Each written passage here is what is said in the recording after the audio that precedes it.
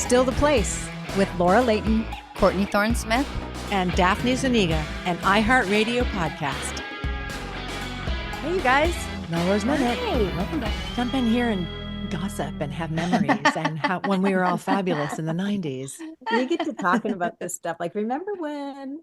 Remember when? Yeah. So there's an old talk show clip of mine kind of making the rounds with Norm Macdonald, which comes up every few years. And I was on a talk show with Norm Macdonald talking about a film, an art film I did with Carrot Top called Chairman of the Board. And Norm Macdonald leans over mid-interview on the Conan O'Brien show and says, yeah, bored, B-O-R-E-D. And it was, I mean, I was Canceled. Today we would just cancel him.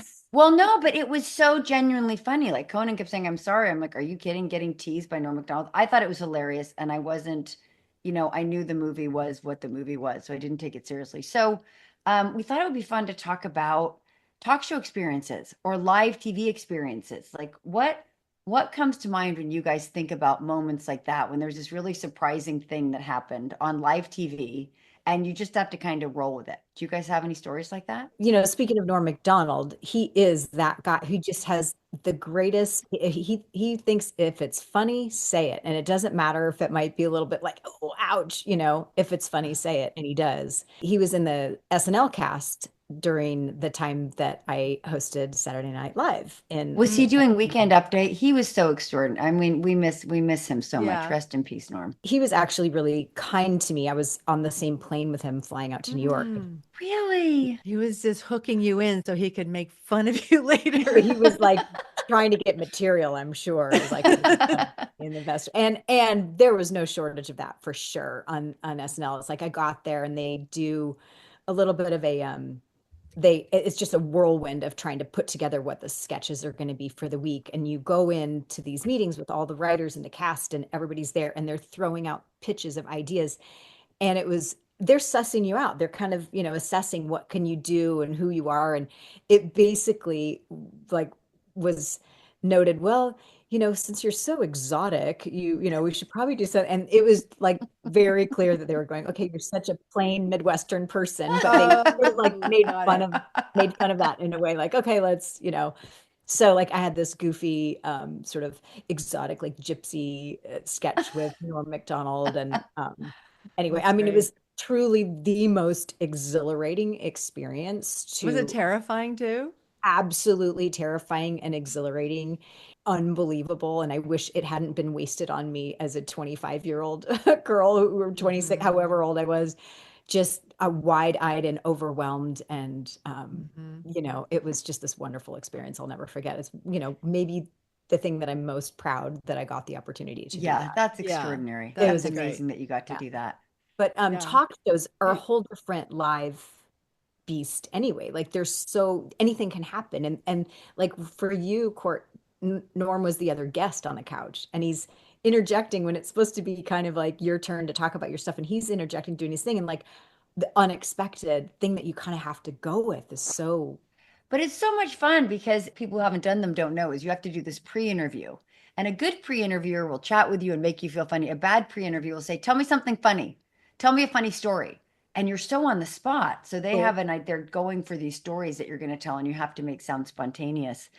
And one time I was telling a story about my sister's wedding and my dad telling a joke as we were walking down the aisle. And I was on with Don Rickles. It was Tonight Show. And Don Rickles leans over and goes, your dad sounds like he's crazy. And I was like, and my dad loved it, right? Don Rickles. And he teased my dad. And that was my dad's favorite thing, that Don He's Rickles. like, he teased me, the teased him. genius. Awesome. Right? Yeah, How amazing. So what about you, Daph? Do you like to do them, Daph?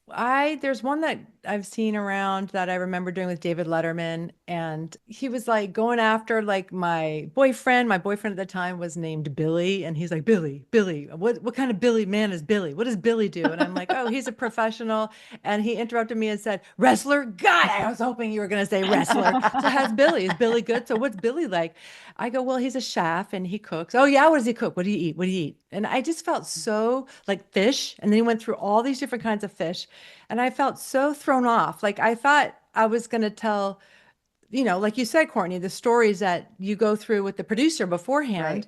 And yet then he just came at me, and I felt a little bit like it was at my expense. Do you know what I mean? Like this young actress who is like, has this boyfriend, and he was making fun of him and the idea of him. Well, But I that feel was like I held Letterman's my thing, own. though, right? That Yeah. was Letterman's thing. It was him being Yes. funny. Yeah. Yes, going after it. And I did I think it was right after I finished Melrose Place, because I got to tell him everything that Joe did. That's where I say the baby, the back and the forth, and this and that. And then I gave him up for adoption. And anyway, so I just remember that being like, when am I going to get to just be funny on my own? I had to respond constantly to his being making joke after joke after joke like that Yeah. at Well, there's Billy's different, like, expense. who are your That's favorites to hard. do? Like, I always loved doing The View because you got to just relax because it's just like hanging out with the girls, right? And Conan Yeah. is so fun and he really listens and he's really out there to make you look good and have fun. What do Yeah. you think? What were your favorites to do? I had an uncomfortable experience, like you're talking about, Daff, on Mm. like where you have an expectation of like, this is what they said we are going to talk about in the pre-interview. Yeah. This is what they said we're going to talk about. This is what they said they wanted me to do and whatever. And I had one actually with Jay Leno. And it was as I was leaving Melrose after the very final season, and I was Hmm. going on the Tonight Show. And then it was, they somehow in the pre-interview said, I heard you play the trumpet, or that you used to play. I'm like, oh Oh God, no, no, no, no. no. I did that as a youth in my childhood, whatever. They're like, well, would you do this on the show if we, I'm like, no, no, no, no. This would be really funny, whatever. And so they're like, okay, this is going to Putting be you the on the bit. Okay. spot. So I like sort of reluctantly agreed to do that. So, play along, whatever. And the premise was like, they wanted to know, you're on this show. Tell us now, is Sydney going to die? Is she coming back for another season, or is she going to die? I'm like, she's dead. We saw her die, and they're like, oh no. And they're like, and then the trumpet comes out and it's like play taps for Sydney. And so I start to play taps Oh horribly my because God. I don't play the trumpet anymore, whatever. And he's like, all right, all right, right. And he like, and it was just like everything felt so like, wait, you told me I was going to do this and now you're not. And he was like literally like pushing the trumpet away, like, and I'm like that same thing you were talking about. Jeff is like, Yes. I think I'm going along with the bit, but then you're Yeah. like, just so hard to anticipate. Oh yeah. Oh, I hope they can find these clips that we've Oh, talked about. I would I'm love that. I need to see you with a trumpet. it's horrible, and I'm sure it's findable. It's terrible. Hey y'all, I'm Maria Fernanda Diez. My podcast, When You're Invisible, is my love letter to the working class people and immigrants who shaped my life. I get to talk to a lot of people who form the backbone of our society, but who have never been interviewed before.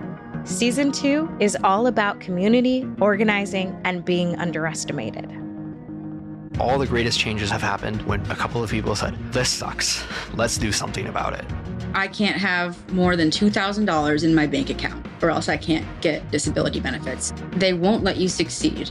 I know we get paid to serve you guys, but be respectful. We're made out of the same things: bone, body, blood. It's rare to have Black male teachers. Sometimes I am the lesson, and I'm also the testament. Listen to When You're Invisible as part of the My Cultura podcast network. Available on the iHeartRadio app, Apple Podcasts, or wherever you get your podcasts. So these talk shows, not easy. Yeah, they're very intense. And it goes so fast. Yeah, like they're fun to cook. Like Rachel Ray, you would get to cook something. If you were on, like I did Martha Stewart and I got to make my hummus, like that's fun if you can actually Yeah. do something. Mhm. Exactly. And they're not trying. I feel like the late night talk shows are like, fast, and like if they feel like the energy needs to change, they'll just change it. And so you as the Yeah. guest, because suddenly, going along with this new energy that it's really hard to anticipate. Doug Yeah. was having I think he did the Martha Stewart one, like you're saying, and she had him fold a fitted sheet, which to say, my husband knows how to fold a fitted sheet. To this day. None Oh my other. God, I remember Me. that something about that. I didn't know Doug was on.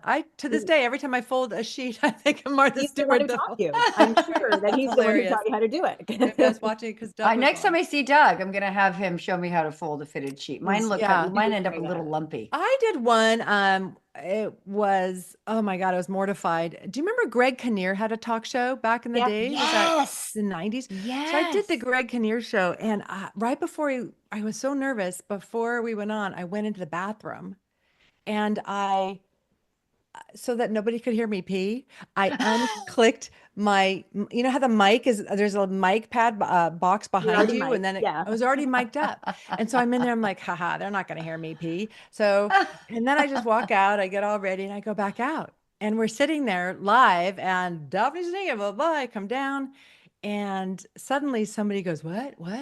Oh, they can't hear you. And a boom comes in. And so I guess we couldn't redo it. So Oh no. they can't hear my wonderful story about the White House and everything and stealing toilet paper.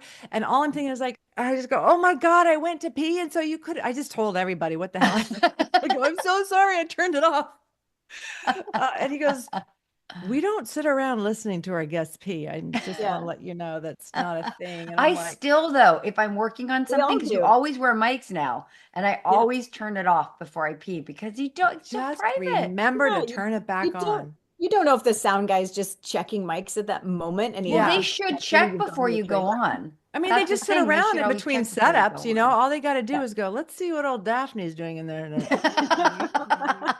Yeah, no. They actually shouldn't even turn it on until you go on. Yeah. Yeah, Right? Remember, that they used to was turn it off and mortifying. on when you'd leave set. Now, that's Yeah. so funny. But doing it on a talk show, like, Oh my God, I was so mortified. I was like, you know I'm what was sorry. super fun when we did talk shows to promote this? It was so much Mhm. fun to do it with you guys.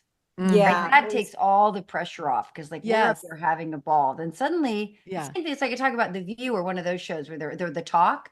Yeah. When it's a group of women, I'm immediately just relaxed. Like I this, love I can it. do. I can hang out with you guys all day. So that was super easy. Talk. You're just chatting. You're talking. much But easier in a group. I just know that it always seems like it goes so fast. Like I think it's the top is like two segments, maybe of 4 minutes or something. So when the three of us were doing it, it's like all I got to do is just like they'll turn to you and say one thing, you know, and then you one thing, and kind of spreads out it. But I just remember doing them. It just goes so fast, and you're like, no, wait, because you have to learn to talk in sound bites. You know, like Oh, you yeah. have your PR person, and they're like, okay, so what you kind of do is this, and you can't be like, well, funny you should ask. You know, it's Yeah, like, and you want to be spontaneous, but it doesn't work because that's not how the system. I remember one time I thought, I'm going to go and do the Tonight Show. I'm just going to be authentic. I'm just going to be just myself and not do the bit. Horrible. It was just horrible. It was just like silence. I was like, okay, so I do need to do the like sitcom version of me for a talk show because you've got 3 minutes. You got to come in and hit it. You can't there's no warm up time. You don't have there's time no to say, and set. how are you? Like, there's no Yeah. time for that. Yeah. yeah, I've never been more nervous than on any given talk show. Like that makes me the most nervous of anything at all. More than even like doing Saturday Night Live, which feels a little bit more like theater. You know, that feels like exciting. That you're doing exciting kind of something. nervous. Yeah. But talk show nervous is just nervous. And Even with the three of us, I just think as in general, as a genre, like talk show Oh. is the most nervous. it's It is very artificial. yeah. All right, guys. Well, since we're all so nervous and miserable at it, no, I'm just kidding. We're so Just have to say I'm so grateful for you that none of that, like we get to just sit around and chat and we have none of these feelings. This is Oh, so yeah. much more relaxing, isn't it? In our very homes. All right, So much. guys. So good to see you as Oh, it's always. good to have a Melrose Minute to talk this out. All right. great to see you guys. We'll see you soon. Bye, guys. Love you. Bye, everyone. Bye.